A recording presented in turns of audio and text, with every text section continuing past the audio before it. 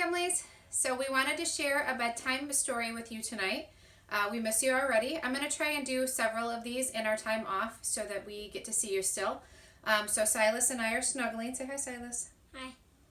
And he spent his day putting some temporary tattoos on. So hopefully you're finding fun things to do at home as well. But we're going to share a book with you today called Animals Strike at the Zoo. It's true. So I don't know if you've read this book. Some of our older kids might not be super in love with the book, but I think it's funny. And I like all books, no matter how old you are. There's an animal strike at the zoo. It's true. The headlines are telling it all. The animals quit. That's it. We're through, says the critters from biggest to small.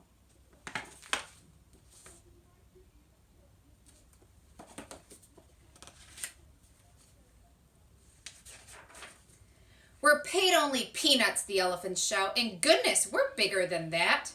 So now they won't trumpet or lumber about. They sit in the shade looking fat.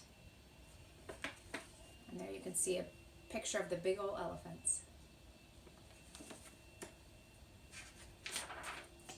The monkeys won't monkey around anymore. You won't see us climbing again. They wallow like big monkey lumps on the floor. We want a nice pool in our pen. They're sleeping while they eat their bananas. I see. Yeah, you can see.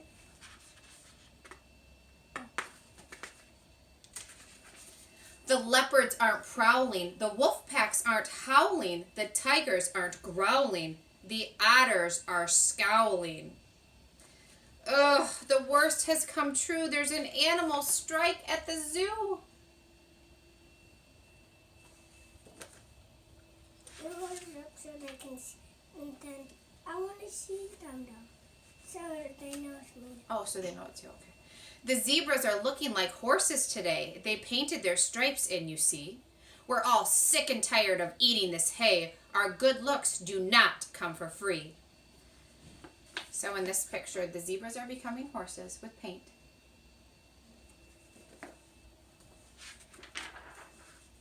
Those silly giraffes are not any better. You won't see our necks anymore. They're knitting themselves lots of turtleneck sweaters, which go from their heads to the floor. You can see all the giraffes in red and blue turtleneck sweaters.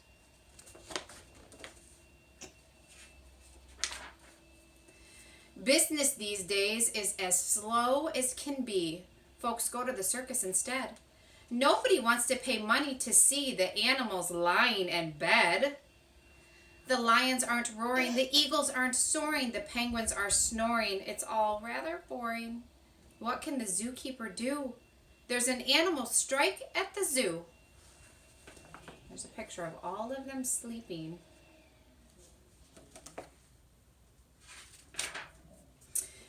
He really is doing the best that he can. The elephants all got a raise. Instead of just peanuts, they now eat pecans. He offered them 6-hour days.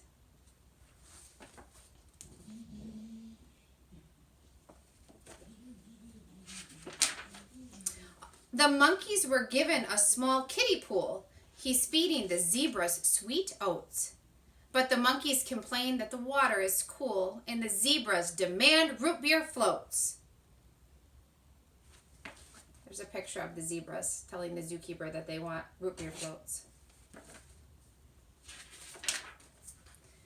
Then, in just through the gate, walks little sweet Sue.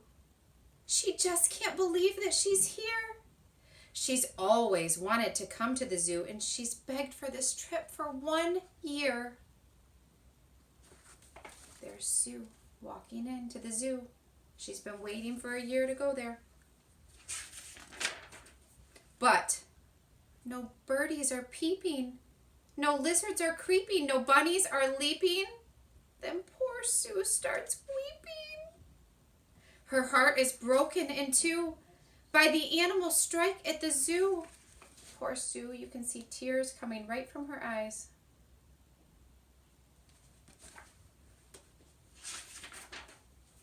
As tears start to streak down her cute rosy face, the animals watch that wee child.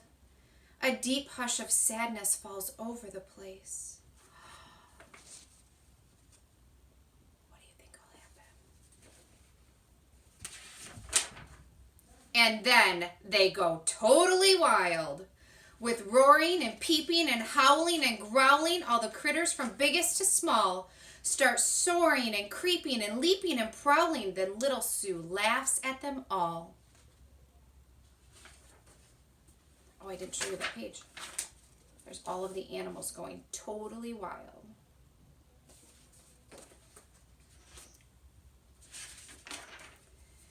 And then all the animals find out that day they actually like what they do.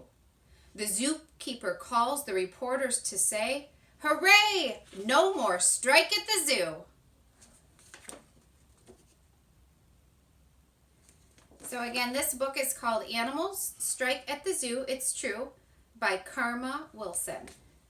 And we're going to share more books throughout the week. I miss you guys. Thanks for joining us for this book today. Okay, say bye.